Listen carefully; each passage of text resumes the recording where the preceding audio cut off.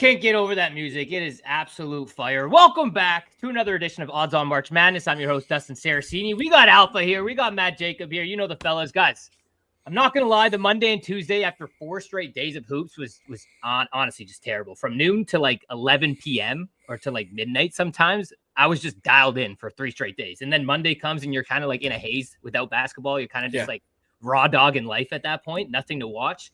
How are you? Well, we got opening day coming. We got the Sweet 16. We'll talk all about it. But how are you guys, man? How are the brackets holding up? Alpha, I'll start with you, brother.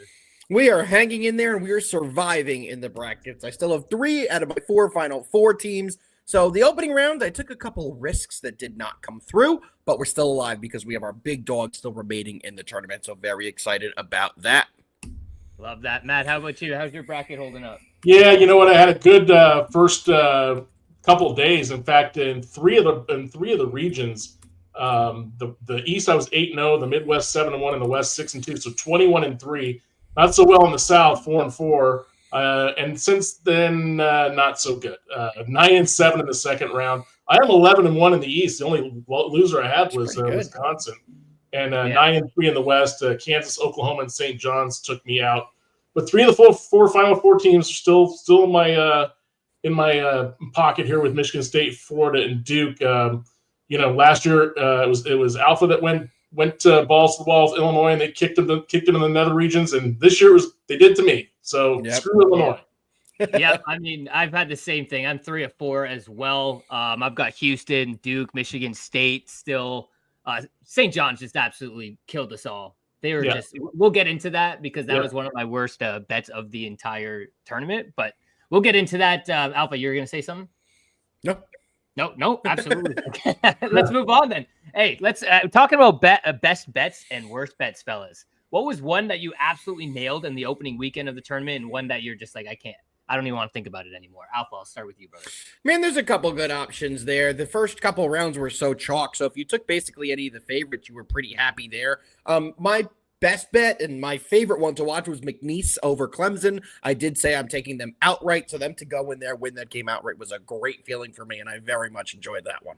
Yeah. How about you, Matt?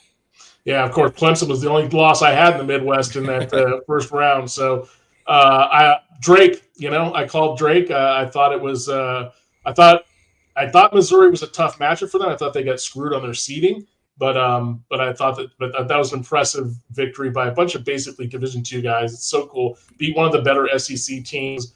But, guys, that's pretty much all we saw in terms of that and McNeese in terms of really, really shocking results in what it would be 32 first-round games, not counting the first 4. So it was just one of those tournaments. And people have been saying it, and I'm starting to lean that way, that, what we saw 2 years ago with my Aztecs, Florida Atlantic, Miami's a 5 seed. UConn is a 5 or 4.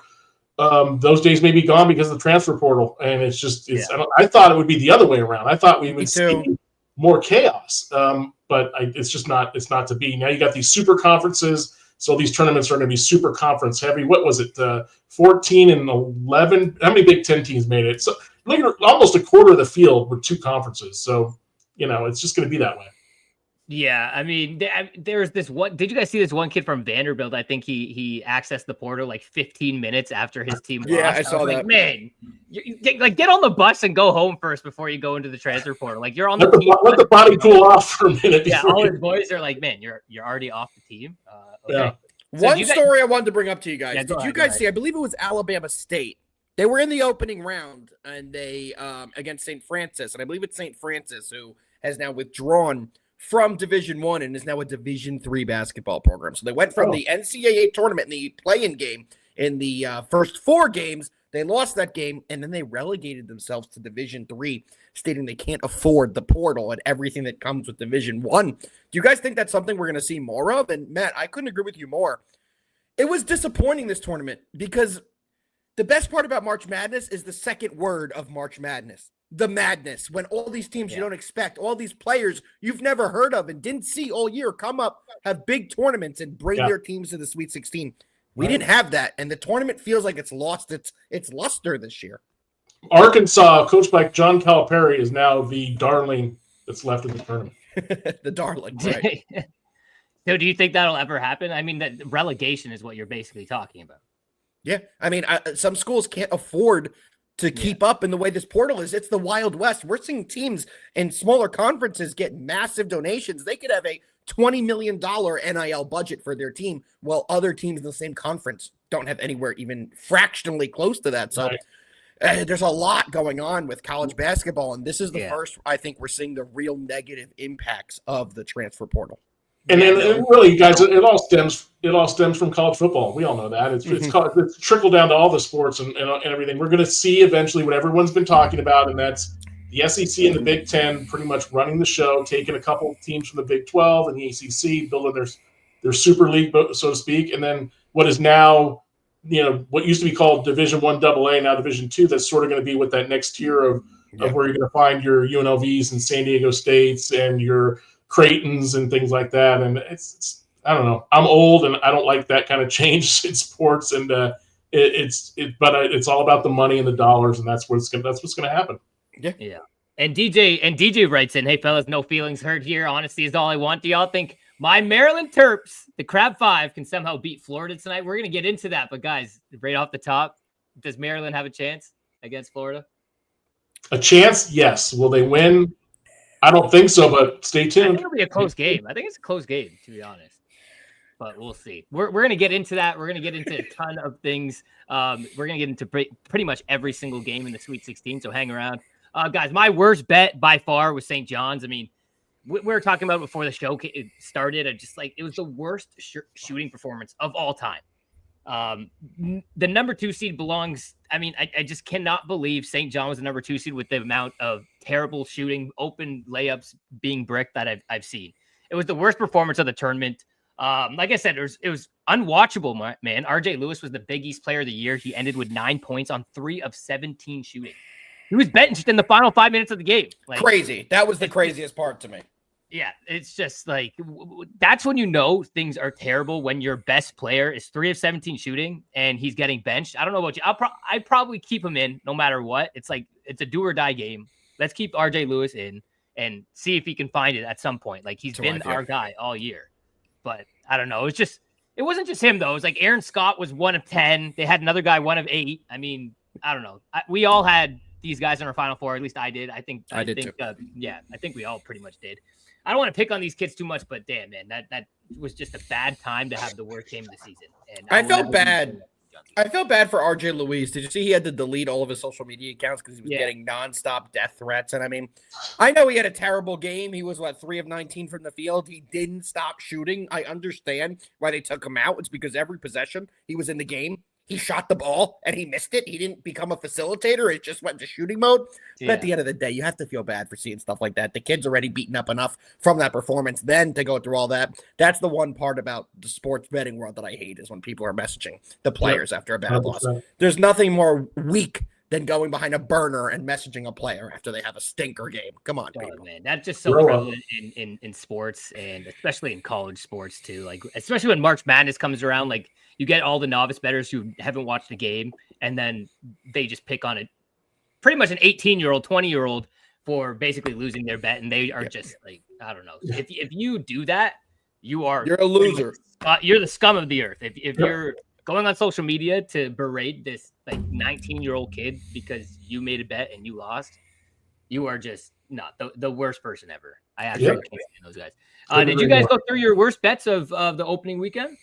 Not yet, but you had it perfectly. St. John's was mine. Yeah, Alpha. What's yours, brother? St. John's would probably be mine, but I'll throw it a different direction because I'm not going to steal yours, and that has to be Louisville, the opening game of the entire tournament, basically playing on their home court, come out and get absolutely run out of the gym by Creighton. I thought that was a clear Louisville spot, but I think maybe 10 to 15 minutes into that game, you knew it was over, and I hate to say this, 10 to 15 minutes into every game this tournament, you knew who was going to win the game. It's so true, man. It's just been one of those tournaments that I don't know. We're gonna see some better basketball now, but the opening weekend there were just some awful games that you just did not want to watch. Non-competitive. Not even competitive. There's you're winning by 30, you're winning by 40. Like the 1 versus 16 seeds, all of them are just dominating. Matt, how about you, brother? Yeah, I'm gonna just piggyback on that in a second because I put out a tweet on Saturday night. So this is before the Sunday game started. So through the Saturday games, 44 NCAA tournament games, including the first 4, 26 were decided by double digits. 36 decided by 3+ possessions, meaning 7 points or more. Only 6 decided by 3 points or fewer, and 0 overtime games in 44 college basketball games. And that tells you this. And I hashtagged it March Snooze Fest because that's what it was. I mean, it was a little bit better on Sunday, and late Saturday was pretty good too. But yeah, I'm hoping we get something better starting this weekend, starting tomorrow night. I was on St. John's all the way to the Elite Eight. I just thought I would have had them as a Final Four team if they weren't in Florida's bracket, so that was a bad call. Wisconsin was a terrible call. I had them going all the way to the Elite Eight to face Duke. Yeah. And this one, we were all on it, and it was a bad call, and then it lost, but it was a close game. But we all said as soon as everyone was on it, everybody and their mother was on UC San Diego that they were probably going to lose. Yeah. And that's exactly what happened. We all should just ran the other way because we weren't the only ones. We were just we were the very minority. Everyone you talked about said, because that line made no sense. And guess what? What were the odds makers? Dead on almost. It was a 2.5 point spread. The game lands 3. Yeah. With the chance to tie it at the end too. Honestly, it left. I forgot who shoot it, but it left his hands. I thought that's in 100%. So did I. The flight of the ball. You guys know when you're looking up and you see the trajectory of the ball in your head, you go, "Oh, that's in." You can tell if it's in or off like right away. Yeah. Usually, yep. And that was one I was dead set on. Oh, we're going to overtime. Oh, yeah, we're not. All right, fellas. We're headed into Sweet 16. Who's your MVP right now, and who's going to win the MVP? Heading into the national championship. I mean, there's a lot of players out there. There's a lot showing value. I mean, I've got 𝐿𝐴_Cryer just because obviously I have Houston winning the whole thing. He's plus 1,400. He's coming off a 30-point game. He's the force that drives that offense. I mean, there's so much talk about Houston's defense. Like I said, he's fresh off dropping 30 against Gonzaga. He shot 6 of 11 from deep. He is that guy. And at plus 1,400, I mean, I think it's an absolutely incredible long shot play to pick up 𝐿𝐴_Cryer right now to win MVP. Alpha, who's yours? Right now, mine has to be Walter Clayton of Florida. He is that guard transfer who just can't stop making 3-pointers. To me, Florida now has the path. They have the path. St. John's has been eliminated. They have a straight shot. We know how they're going to get to the championship, and they have a way to do that. If they're able to get there and win, Walter Clayton, to me, is no doubt going to be the MVP from Florida. We talked about this on our first March Madness show. Whoever wins the Final Four MVP is basically the best player from the team that wins it all, or the guy who performed the best for the team that wins it all. So for me right now, with the path that Florida has, I could definitely see them winning it all. So give me Walter Clayton. I think he'd be the guy from Florida who takes it home. Yeah, it just felt like you talk about watching games live with just like the eye test and watching the ball come off his hands. You're like, that's in. Like Walter Clayton, Proctor was one of the other guys who were just unbelievable. And I think, Matt, is that who you're headed for MVP if Duke ends up winning the whole thing? Yeah, I'm going to contradict myself here because I did a article that's up on Oddspedia right now or will be up on the Duke. What's up there? We got that up. Props. One of the props I have is Tyrese Proctor under 2.5 3-pointers because he's just been unconscious and he has to cool off at some point. I mean, literally 68% of his 3-pointers in the last 3 games. He's been nuts. And before that, he was garbage from the 3-point line. 7 games in a row, he didn't even make 2. He made 2 once. But he's 23-1 right now. So if he does stay hot, I still like Duke to win it all. I like Duke to beat Florida. So I like your pick too, Alpha. But 23-1. Your question was who's gonna win it and who do you have win? I think the value is on Proctor. I think Cooper Flag undoubtedly will win it if that's what ends up happening with Duke winning it all. I just don't think the value is there in the number. I'll give you one little bit of more of a long shot at 34-1, and that's JT Toppin. He's had a great tournament so far, and Texas Tech could be feisty. If they were to get to the Final Four, and then get into that championship game, that 34-1 looks pretty darn good. So something to think about. Yeah, we'll take a look at the live odds right now. Actually, when it comes to the MVP, I'm just trying to find it right here. There are a couple of nice plays out there. As you look at FanDuel, we've got Cooper Flag at plus 260. I mean, that's not terrible value for a guy that, will likely be in the final. I don't have them in the final in my bracket just because, sometimes you just gotta play around with the bracket and hope for the best because, everybody in your tournament or whatever you're in will have Duke in the final. Then Walter Clayton, we got at plus 650. Great value there. Janai Broom, 650. 𝐿𝐴_Cryer still sitting at 14. And then Tyrese Proctor at plus 2,300. So there is value. There's value all across the board when it comes to the MVP market, which you absolutely love to see. For sure. All right, let's head on over to, why don't we just start with our best bets for the Sweet 16, man? It starts Thursday, man. We've got BYU, we've got Alabama. We have 55% on Alabama at -4.5, 53% on the over at 175.5. BYU took down VCU and Wisconsin to get here, while Bama ran past Robert Morris and St. Mary's to get to the Sweet 16. Matt, where are you headed on this matchup, brother? So I'm going to start off by going full-on contrarian. I mean, contrarian as it gets. I'm going under 175.5. BYU's number 26 in the nation in scoring at 81.2 points per game. They're top 40 nationally in a bunch of shooting categories. Bama, of course, number 1 in the nation in scoring at almost 91 points per game. They shoot lights out. Neither one of these teams, though, are very good from the free throw line. BYU's 274 and Alabama's 207. BYU is also 238th in free throw attempts. You're going to get to 176. You're going to need guys to make free throws at some point in this tournament.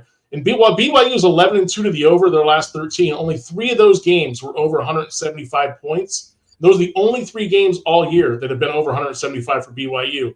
And their highest totals this year, BYU's highest line totals were 160 against Queens University, 158 against Fresno State, and 156.5 just the other day against Wisconsin, and also a UCF game that was 156.5. So Bama's first 2 NCAA tournament games, 171. They went over, but only by a little bit, and 146, which was an under. A neutral court. They're unfamiliar with the arena. Bama has not gone under in back-to-back games in the last 12, so that's a little bit sketchy as well. But I just think this is a situation where overtime could kill us for sure. I don't know that we have to worry about overtime here, but I just think it's just too high of a total, and I got a feeling something tells me one of you two is going to be the other way on here, but I'm going under. You're going the under of 175. I'm not playing the total, but Alpha, you're going the under. No. That is a terrifying under to take, man. Dustin's asked if I'm taking the under. No. I'm contradicting Matt, and Matt, you kind of just made all the points I had for the over. Both these offenses are fantastic. They both can score at will. But I do agree with you. It is scary, and the total has been elevated to, I believe it's 175.5. Little being transparent, I'm in the state that this game is being played, so I cannot look at any line movement currently. But with this game, I do think we're going to see a ton of points. We have, the grandson of the inventor of the tater tot on BYU. I believe Saunders' grandfather is the legitimate inventor of the tater tot. That's the fun fact of the day. I just became a BYU fan. Yeah, me too. He's been unbelievable, this guy, averaging 16.5 points per game. He was fantastic against Wisconsin, which was one of the better games in the tournament. They scored 91 points in that game against a very stout Wisconsin defense. I do think we will see them being able to score against Alabama. Alabama has not faced a good offense so far in this tournament. They versed St. Mary's, that is a defensive team. They versed Romo and Robert Morris, who they're not a great offensive team either. And the last time we saw Alabama play a very good offensive team was when they played Florida. In that game, they gave up 104 points and they scored 82 themselves. So I do expect we see a lot of points here. Give me the over. It's not my favorite play for the Sweet 16, but for the play on this game, I definitely would have to take the over. Yeah, I'm taking Bama here -4.5. I mean, but BYU has a great offense. Let's get that straight for sure. But their defense ranked 71st in the country. They're going up against an Alabama that we all know has the number one team when it comes to pace, number 1 ranked offense in the nation. They're also deep, man. In both games, they've had players come off the bench, score double digits. Diabate dropped a double-double against Robert Morris. He was great. They're having like 6 or 7 guys average like 20 minutes a game. Like, they are a deep team. Like you guys are saying, like, BYU is a great team. They could very well steal this game with how good they shoot the 3-ball too. In my head, though, I think Bama is just an overall better team. They're deeper. They rebound better. They'll control the pace. I'm taking Alabama -4.5. I think some books have it -5.5. So make sure you grab that 4.5 while you still can. But I think Bama takes a close one. This one is another one of those, like, this is going to be a great game to watch. I think so, too. Does it scare you about Mark Sears? He's a guy that I had as potentially my tournament MVP. Yeah. Let me tell you something. He has not even sniffed anywhere near tournament MVP. Last game, he did not hit a 3-point shot. He was 0% from 3. The game before, he shot 20% from 3. And those are nowhere near Mark Sears' March Madness numbers. He has 34 points in the tournament, but he had 12 last game against Mary's. He had 22 against Romo. Does it scare you a little bit? Because I'm going to be honest, I loved Alabama coming into this tournament. But I was expecting Mark Sears to be his normal tournament Mark Sears, where he turns it on, becomes another level of player than he normally is, and we just haven't seen that out of him yet. No, we haven't. And you know what? That's kind of scary, again, for Alabama, because he's not having good games, and they're still winning games by That's true. That's very true. You know, what's going to happen when Sears becomes Mark Sears again? Great point. You know, he's going to come back and be like your March Madness MVP candidate that you thought he was going to be, possibly against BYU. And is BYU going to be able to stop him? Plus that Alabama deep bench, that deep offense that they've been basically showing all tournament long. I don't know. That's why another reason why I really like Alabama here, -4.5. It's just like almost a shot in the, not a shot in the dark. It's almost like a slam dunk for me. It's kind of the opposite of what Matt said about Tyrese Proctor. Proctor's been hitting his shots nonstop, and he's going to have to come down to earth. I feel the same about Mark Sears in a similar way. The opposite way. 100%. He's going to have to start hitting some shots. It's just so many ebbs and flows, man. You get hot, you get cold, your team's hot, your team gets cold. Sears will grab the hot hand. Like, I don't know. It's just a game by game thing, especially in a tournament of this magnitude, right? 100%. We might see Sears come back and just drop 20 or 25 tomorrow, or tomorrow they play. I hope we do. Let's see. We'll see. I love watching. I love watching Bama basketball when Mark Sears is Mark Sears. 90-85 final, and it stays under. Think about that. 90. That's pretty crazy. That's pretty crazy. That's insane. It is going to be a very much offensive game. But let's head on over to Maryland versus Florida. 69% we have on the over at 155.5. Florida, we have 74% of the bets at -6.5. Who are you guys liking here? Matt, I'll start with you, brother. Yeah, so obviously I've got Florida going to the championship game still. They got their scare against UConn, which I don't necessarily think is a bad thing. I don't, because you're going to have to face adversity at some point in the tournament. So I do like them there. I do like them getting all the way to the title game in what should be, if it is Duke, a good title game. But I've got Maryland plus the points here, guys, and I've got it for I'll mention a few reasons, but here's the main one. I brought it up. I believe I brought up our show last week. Maryland has not lost a game by more than 6 points all season. Yep. Not they lost by 6 at Washington, 5 at Purdue, 4 at Marquette, 4 at Oregon, 3 at Ohio State and Michigan State, 2 at Northwestern, 1 in the Big Ten tournament to Michigan. So they don't get blown out. Maryland is on a 6-1 run. Their 3-point shooting during this run, they're 58 for 146. That's almost 40%. They went 17 for 40, which is 42.5% last week against Colorado State and Grand Canyon, which is important because Maryland traditionally this year has not been a very good 3-point shooting team, but they're better than 40% in 4 of the last 5 games. So they're heating up, and they're going to need to be against Florida. Now, Florida, on the other hand, they dipped a little bit from the 3-point line last week, only 37.3% in their 2 games. Maryland's got the 28th ranked team nationally in 3-point defense at 30.2%, which is really good. They can score, too. They're 23rd in the country to 81.4 points per game, which is only 4 less than Florida averages. So, again, I brought up free throws before. I'll bring it up again. Florida, 71.9%. That's 198th in the country. So I think we could, even if Florida's up 8-9 late, if Maryland buries a 3 and Florida misses the front end of 1-1, those type of things, that 6.5 is live. It's a tough number. I do think Florida wins the game. I think they win it by 4, maybe 5 points. I'm just sticking with this Maryland not getting blown out all year thing. I like it. Alpha, as I throw up your props piece, man, who are you going with here? I'm on the same exact wavelength for Matt. Matt, you put it perfectly. This Maryland team does not get blown out. Even when they have some bad performances, they stay in games and keep games close. And I think the matchup advantage that Maryland clearly has over Florida is the big men down low. They do have 2 big men that could absolutely dominate the glass and score in the low post, in Derek Queen and in Julian Reese. Florida, it's going to be tough for Condon to keep them down. He's their leading rebounder at just under 8 per game, but stopping a guy like Derek Queen is going to be very difficult down low, as well as Julian Reese. Both of them have great numbers on the offensive glass. They both do a very good job of keeping possessions alive, getting a second possession for their team, and when they get the rebound, going back up and either getting fouled or putting it in and getting the bucket. So I do think it's a tough matchup for Florida, maybe one of the toughest opponents in the field for them because of the style that Maryland plays with. I don't think Maryland's going to be shooting a lot of threes. I think they're going to be pounding the ball down low, getting Florida in foul trouble, and getting to the free throw line time after time after time. Do I think Maryland has a chance to win the game? I don't.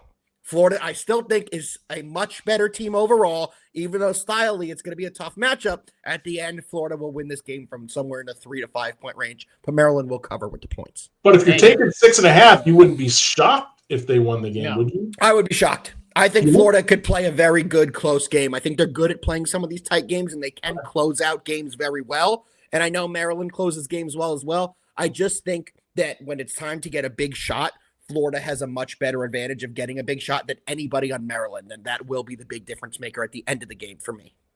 Gotcha. Hey, I mean, they do have a shot, but it's all on Oddspedia too. Like all these plays, they're all up there right now. So take a look at those. But go ahead. Sorry for cutting you off, brother. What were you gonna say? No, that's exactly how I feel. I think that they maybe have a shot, but I would be very surprised if Florida didn't move on from this game.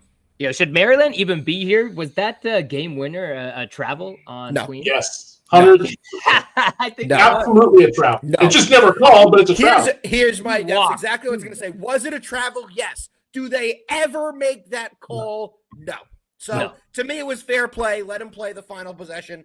They either have to change the rule or do something because nobody abides by the actual legal definition of a travel. Everybody travels. Here's another way to think about that too, guys. If you're that player, I can't remember. Was it their best player? Derek Queen made the shot. Derek Queen. Okay. Derek Queen. Yeah. So he's probably made that exact shot at various points in the game 6-7 times this season, something like, more than once, right? It hasn't been called. Can you imagine you make that shot again, you think you win the game, and they call you travel? Like, you didn't call it the whole season, and now you're calling it now? But I'm an old school guy. It's freaking traveling. Start calling traveling. That wasn't travel. They got to change the verbiage on the rule because nobody upholds the actual definition of a travel. They all do a full travel, and it doesn't get called. So, I mean, I think it was the right move to not call it, but by the book definition, it was definitely a travel. Did you see the LeBron clip from the other night that was making the rounds? Yeah. He took 4 steps to the net. Did he not? It was like 3. It was 3. Yeah, he grabbed it at the top of the 3-point line and then just didn't dribble. He just walked towards it. To be fair. And then it went in. I was like, oh, they won. To be fair, in the first half, I think it was Queen took a brutal intentional elbow from one of the Colorado State players. It was not called. So fair is fair in my book. Yeah. Well, for what it's worth, I'm going to take the over in this one. I do like Florida against the spread, but they haven't covered once in this tournament, even though they won their first game at like 24. The spread in that one was 28.5 in the round of 64. But the Gators are 2-0 to the over in this tournament. They've dropped 95. Oh, that's what it was. They dropped 95 points in the round of 64 and still didn't cover. Maryland, for their part, they've dropped 81-72. They have that offense that's kind of humming right now. Florida averaged 85 points during the season. Maryland averaged 81. I mean, Colorado State defensively for the Terps in the round of 32. I mean, they had their way with Maryland. They almost beat them. What do you think Florida's going to do? Colorado doesn't have guys like Walter Clayton who can absolutely shoot you out of the gym. When looking at both teams, though, and they both have offensive studs, there's so much firepower in this game. Like Derek Queen, we were talking about, he had a terrible game against Colorado State. He still dropped 17 and had the game winner. Florida, like we talked about, Clayton can get absolutely hot from 3-point land, just be lights out, shoot you out of the gym. Elijah Martin, who's dropped 17 and 18 in this tournament. There's just too much firepower in this game for me to go under. I'm going to go over. I'll ride with the public at 155.5. I mean, it's just there's too many good basketball players in this game, and we're not used to good basketball. There's been a lot of terrible basketball played in this tournament. This game is going to feature a lot of offensive firepower and a lot of star power. The Sweet 16 should be significantly better basketball. It should.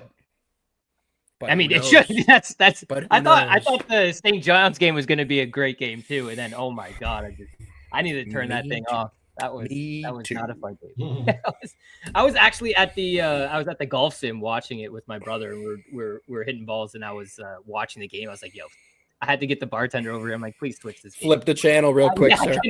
I could not watch this game anymore. You're probably more accurate with your golf shots than any St. John's player was. I don't know about that. About that. Yeah. I've been grinding in the winter playing Sims, getting ready for the summer. So I feel good about my shots as compared to St. John's shots. But from one good game in Maryland and Florida to another, I mean, Arizona Duke's going to be an incredible game too. I'm excited about this one. We got 59% of bets on Duke -9, 73% on the over at 153.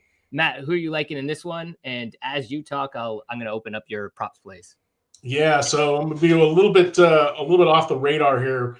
I'm taking Duke -5.5 in the first half. So Cooper Flag got hurt in the first half bet. Yeah, first half bet. Yep. Which I lost last week. Let's be honest, I lost. Yeah, Michigan State. Did not come through. So Cooper Flag got hurt in the ACC quarterfinals against Georgia Tech early in the first half, missed the next 2 games. So let's take those 3 games with him not playing out of the picture. Duke's last 13 games, they've had the first half lead. They've had the first half lead in 24 of their last 25. Here are their first half leads in the last 13 games with Cooper Flag starting and finishing the first half. 26-17, 1, that was at North Carolina. 13-17, 15, 17, 14, 15, 15, 5, that was at Clemson. They covered. 14-22. They're 12-1 against the spread in the first half during the stretch. They're 16-4 against the spread in the first half since the calendar flipped to 2025. And back on November 22nd, when Duke went to Arizona as an underdog, it led 34-27 in the first half. I will point out, though, just to put everything out there on the table, Arizona's in the last 5 games since the start of the Big 12 tournament. In the first half, they've scored 45, 47, 33 against Houston, 41 and 42 points. They're 5-0 straight up against the spread in the first half in their last 5. So I'm putting that out there, just the full picture. But I'm taking Duke in the first half. I'm riding 12-1 against the spread with all those double-digit leads in the first half. It's been insane. Yeah, no, I absolutely love that. And Duke, I feel like, is just this year's UConn. They're just absolutely running through teams, and it just doesn't look like anybody can be or can play at their level. I'm not sure if Arizona could do that, but we'll find out. I think Baylor had the lead at the. It wasn't the under 8 mark; it was the under 12 mark. They had the lead and went to the half down 17. That's how quickly things can unravel. Exactly, yeah. And then once the court just tilts in their favor, and it's over from there, man. Yeah. Alpha, where are you headed on this one, brother? Man, I have one thing to say about this Arizona team. When the hell are they going to just die for the season and go? Yeah, oh yeah, this guy thought Arizona was losing. You had Arizona losing in the round of 64, didn't you?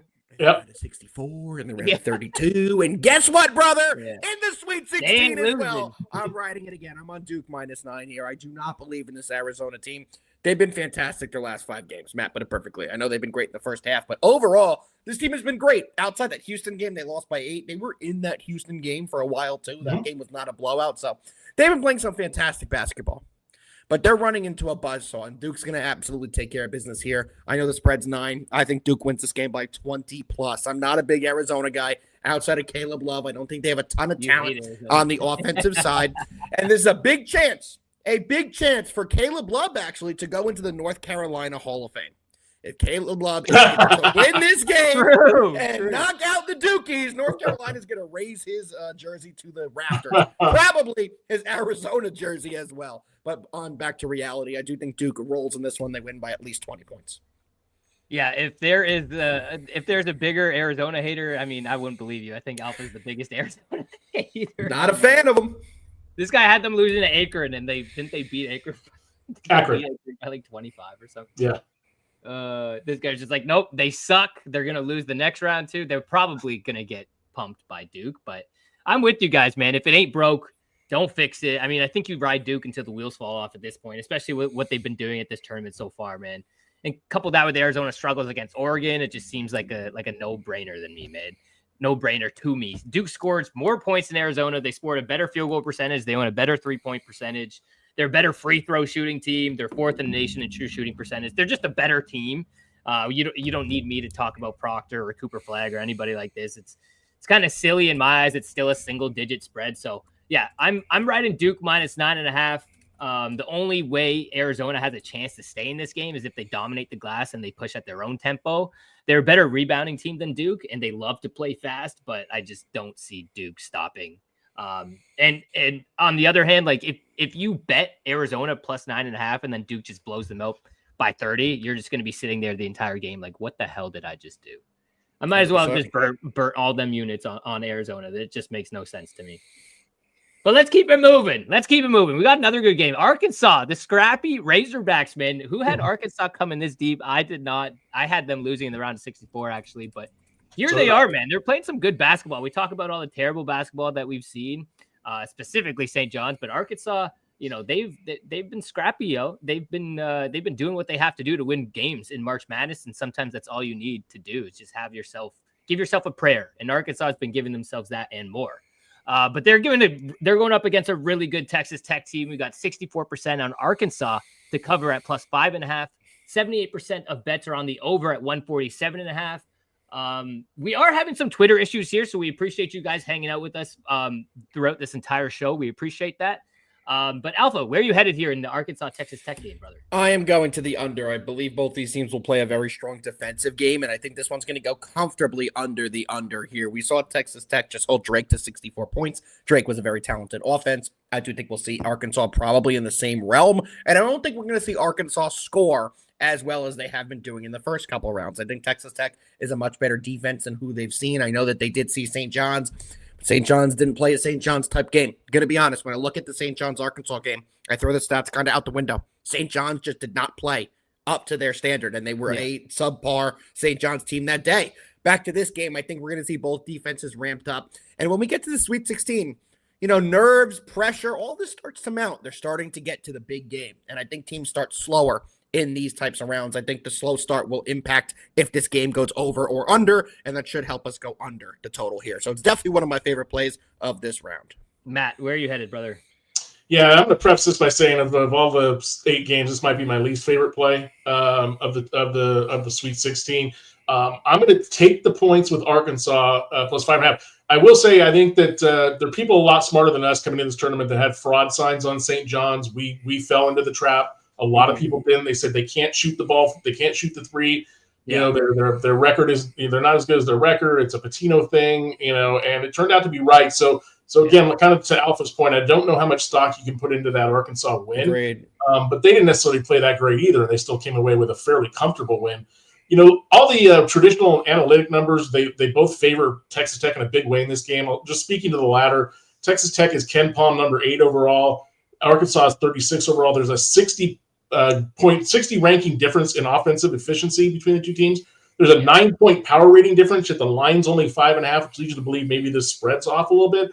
But Texas Tech, as good as they've been, they're only 5-8 against the spread in their last 13 games. 4-6 is a favorite. Arkansas, since January 22nd, they're 11-6 straight up, 12-5 against the spread, 9-2 against the spread, including 6 outright wins as an underdog, including last 3 in a row they won outright as an underdog. They won 8 games against NCAA tournament teams during this stretch. Georgia, Kentucky beat Texas twice, Missouri, Mississippi State, Kansas, now St. John's.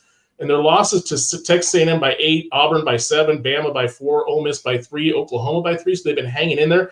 Ironically, the only team that blew them out recently was South Carolina. That was at Arkansas. That was an odd result. But I just think that Texas Tech wins this game. I see this as this is a backdoor cover. This is Arkansas down 8, drilling a 3. And then Texas Tech running out the clock type of situation. It's going to be tight, which is why I said it's not my favorite play, but I'm taking the points.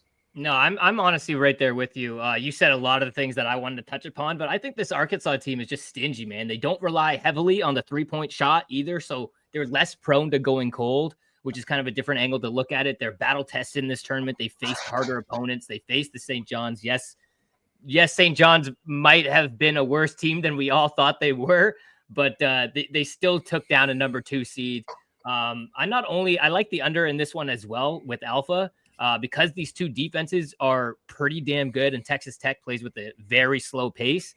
But I'm going to head over and back the Razorbacks here. I think this could be a backdoor cover. And I also think Arkansas can take this one at plus 200, plus 220. So I'm taking the Razorbacks to cover at plus 5.5, but I'm also sprinkling a little bit on the money line here. I think they can do it. I think they can do it. If it's one team like that can take over and win a game in the Sweet 16 that are pretty heavy underdogs, it's Arkansas. We've seen them do it multiple times already. So that's a strong. It's no Washington Commanders over the Lions call. Yeah, it's a strong call. That's what I'm saying. Hey, watch. We're gonna come back before the national championship, and I'm gonna say, look at these. They're not gonna be in the national championship. They're not gonna be in the national championship, but they might take down Texas Tech, which I absolutely love. Let's head on over to the Friday games, though. We've got Ole Miss versus Michigan State. 89% are on the over at 143.5. 52% of bets are on Michigan State at minus 3.5. Alpha, your Michigan State Spartans, buddy. Who are you taking here? Man, I'm all over Sparty in this spot at minus 3.5. I think this line should have been closer to a 5.5, 6, and I will definitely take them at 3.5. Yeah, but I will say I'm a little worried about this Michigan State team. We need Jace Richardson to get his head out of his ass. He didn't score. I think he had 2 points until he didn't score his first bucket till late in the second half, right? 0 points until 45 seconds left in the game when he made that and one. Could not get anything to fall all game. This team cannot survive without Jace Richardson putting up his normal 15 to 20 points. They survived the first couple rounds. That's fantastic. They got through from some big shots from guys like Jaden Akins. They had some big play from Jackson Kohler down low. But at the end of the day, when they start facing better competition than UNM or Bryant, they're going to need Jace Richardson to hit these open shots. So I am a little worried that he has not lived up to the expectation or really played up to his standards so far in the tournament. But I'm still riding Michigan State. I still love this team at -3.5. Like I said earlier, this should be a 5 or 6 point line. I do believe it's a misprice, and we will see Michigan State win this game by 5 to 6 points. Yeah, I'm going Michigan State too. I mean, no team has scored more than 63 points on the Spartans so far. We're seeing exactly why this unit was ranked 5th nationally coming into the tournament. But outside of that defense, Ole Miss hasn't really faced a team that can rebound quite like Michigan State either, man. Michigan comes into this game averaging 37 rebounds per game, 7th nationally. Ole Miss comes in ranked 306th in the country. The Spartans also dominate the free throw line. There's just so many ways for this team to win. You talked about it. Jace Richardson, he did not get a basket. He went 1 for 10. He didn't get a basket until less than a minute left in the second half against New Mexico. And they still won, not to mention, Ole Miss kind of had a first round bye against UNC. Sorry about that, Alpha, but they did. They're not that good of a team. If this spread was closer to 5 or 6, which I honestly think it should be, like you've been talking about, I might have picked Ole Miss, but at 3.5, I'm sticking with Michigan State here. So we got me and Alpha on Michigan State. Matt, where are you headed? No, they're my Final Four team, so I'm sticking with Michigan State too. But we had a squad ride to kind of to piggyback on Alpha's point and your point too, Dustin. This Tom Izzo has done an amazing job coaching his team at halftime. He needs to do a better freaking job getting them ready to go from the jump.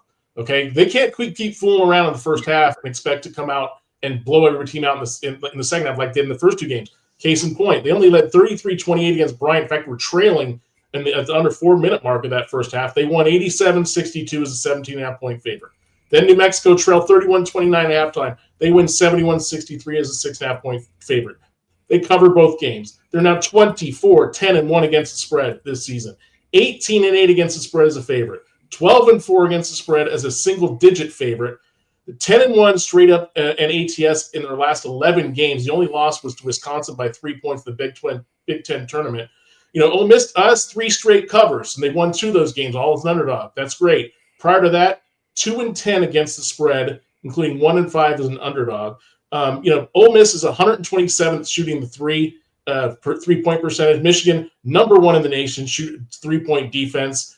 Michigan State, to Dustin's point, they're number 2 in rebounding margin, +9. Ole Miss is 330 at -4. Yeah. So this 3.5 point spread scares me a little bit because, like to you guys' point, it should be closer to 5.5. I'm like, why is that? Because Michigan State is a very public team and Ole Miss isn't. You would think, most people are just going to go to the window. Novice bookmakers know something we don't.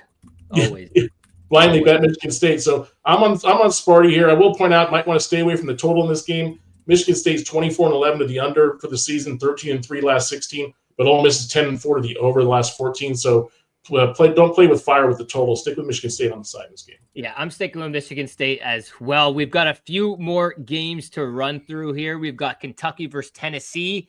The second game on Friday. We got 2 more after this. 59% of bets are with Kentucky at +4.5. 89% of the public is on the over at 144. Alpha, where are you headed on this one, brother? Another favorite for me, Tennessee. I am not a huge fan of Kentucky. They looked fantastic in the last game. I will not lie. Their winning against Illinois was great, but no offense, Matt. I fell for it last year. You fell for it this year. Illinois is just a trap, and I don't take a ton out of that game. Kentucky's big man, Amari Williams, does a great job on the glass, but he can't score. And I think that's going to be a big issue in this game. I think Tennessee's going to have an easier time scoring. Lanier, I think, is going to have a good game from 3, one of the best 3-point shooters they've had. And I fully expect this Tennessee team to be able to roll Kentucky. And I think the line's a little too low here as well at 4.5. We've seen a lot of these favorites cover these numbers, and I think that trend is going to continue. Give me Tennessee. They get it done here. I am going with Kentucky just because Kentucky's offense is a problem, man. I was not familiar with their game prior to the tournament kicking off. They're an absolute wagon, man. They're ranked 6th in points per game with 85, top 20 in pace, top 30 nationally in field goal percentage, top 30 in 3-point field goal percentage. They're solid on the glass. But on the other side, it's kind of like an immovable object meets an unstoppable force. And I think that's the saying, because Tennessee has absolutely shut teams down in this tournament too. Nobody scored more than 62 points against this team. They're ranked 3rd nationally with their defensive rating per KenPom. To me, it's kind of like a pure 50-50 game. We have an incredible offense. We have Tennessee coming with an incredible defense. But I absolutely love the value on Kentucky. You're getting them at even at plus 3.5. And with that offense, we aren't accustomed to seeing a ton of amazing offense in this tournament so far.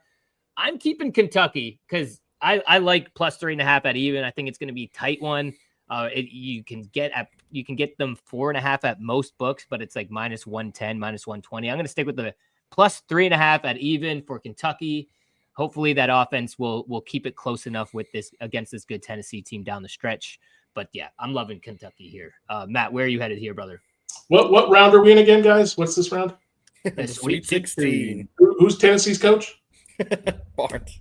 Rick Barnes. We're at about that point. We're about that point where Rick Barnes. I knew you were going to go there. I knew you were going to bring that up. Look, the saying, it's tough to beat same team 3 times in the same season. Well, we're at that situation now with Kentucky. They beat Tennessee twice. They won 78-73 at Tennessee, the 10.5-point underdog. They beat them at home without one of their best players, Jackson Robinson. They beat them 75-64, 9-point win as a 3.5-point underdog. Since the last 3 seasons, Kentucky's 5-1 straight up and against the spread against Tennessee, all as an underdog. 3 outright wins as a dog of 8.5, 10.5, and 11 points. Only 8 teams all year have scored 75 points or more against the Vols this season. Florida and Missouri both topped 80. Vanderbilt did it twice. Alabama, Ole Miss, and Kentucky did it twice. So Kentucky owns 25% of those games in which teams scored 75 or more.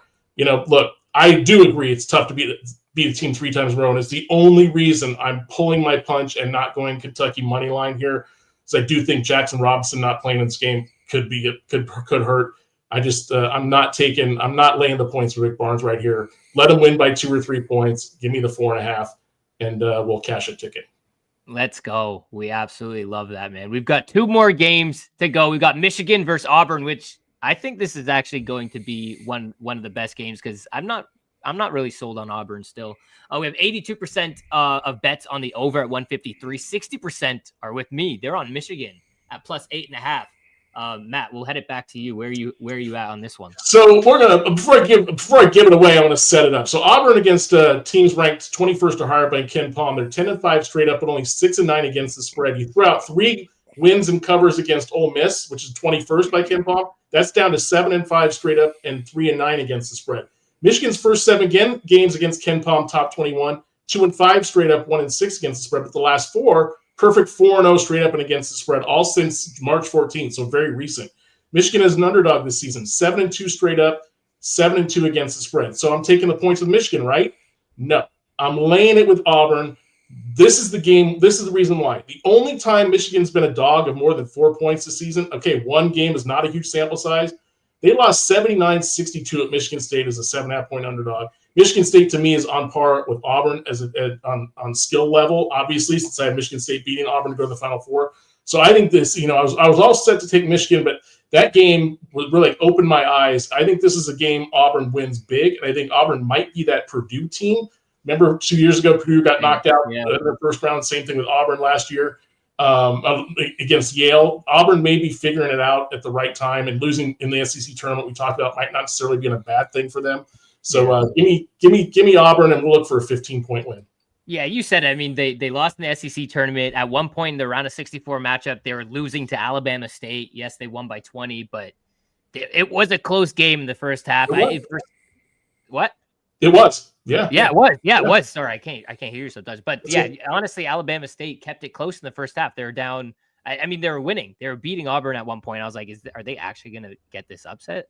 But obviously they didn't. There's just like, for some reason in the back of my head it just keeps saying the same thing. Don't trust Auburn. Don't trust Auburn. Right. And I'm not going to here. I mean, they might win by 6 or 7, but giving Michigan 8.5 points here, I think they will be able to keep this one close. I believe in the big man Golden. That guy's an absolute stud. I believe in Roddy Gale. The Wolverines are keeping this one close. Give me the points at 8.5. I think that's a lot of points to give this Michigan team that's rolling right now in this tournament. I'm going with the yellow M. What about you, Alpha? Where are you going, brother? Same boat, brother. The yellow M. I've been waiting for Auburn to show me something, and they really haven't. Michigan has been outperforming what I thought they would do in this tournament, entire tournament. Golden's been great. They really need Danny Wolf to play a little bit better, but I do expect a better performance from Michigan here, and I'm definitely going to be taking him in this spot. Too many points for me for a Michigan team in Dusty May that will be able to keep this game close. Yeah, I absolutely agree. Sorry, Matt, you're losing this one, brother. Now we know. But going to the best game on the slate because Houston's in it. Also appreciate everyone sticking around here through our Twitter issues. We absolutely appreciate it. We've got one more show on the docket. We're going to be breaking down everything in the national championship coming next week. But before we do that, of course, we got Purdue. We've got Houston. We have 57% of bets on Houston at -8.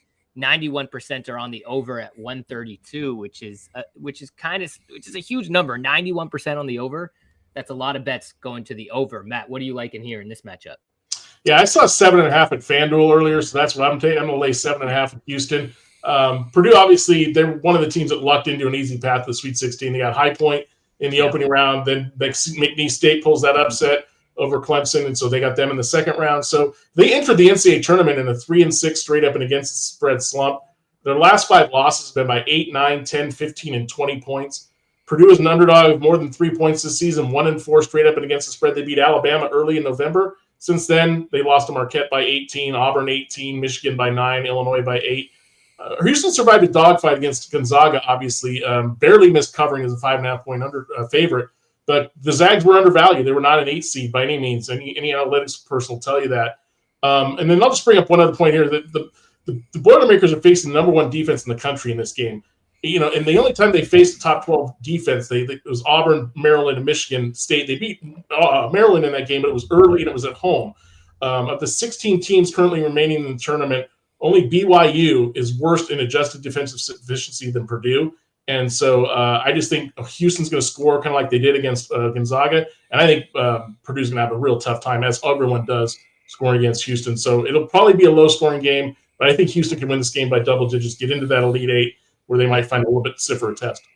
Yeah, I'm not sure if you saw the graphic, but they just the Houston's defense, they just have the length that no other team in the country can match. Like Joseph Tugler, he's 6'8" with a 7'6" wingspan, which is just absolutely insane. Francis comes off the bench and he'll play 20 minutes. He's 6'8" with a 7'5" wingspan, which is also absolutely insane. The team is just made up of defensive freaks. And then you add in LJ Cryer. He's arguably the best guard in the country. Just put up 30 against Gonzaga. We talked a little bit about that in my MVP little spiel there. I just don't see how Purdue can win this game. I'm taking Purdue team total under 62.5, and I'm taking Houston -8. Alpha, where are you headed on this one? I'm on the Houston bandwagon. You guys know I've been against Purdue all year long, and I think we're going to see them really get outclassed in this game. And I think the defense of Houston is really going to be the X factor here. Purdue really only has 2 or 3 guys who can put the ball in the basket in Kaufman-Renn, Braden Smith, and Fletcher Lawyer. Anyone else on their team really does struggle to put the ball in the basket. Well, I think Houston's defense will really be all over those 3 guys. So give me Houston -8. I think we see them really show how much better they are than Purdue in this matchup. Michigan State and Houston, we're squad riding. We're going 2-0 on the squad rides, fellas. Let's go. Good. Feel it. That's all we got for today. We'll be back on the national championship stage when we get down to it. I think that's next week. It's going to be a ton of great basketball moving forward. Alpha, Matt, appreciate you guys coming on the show once again.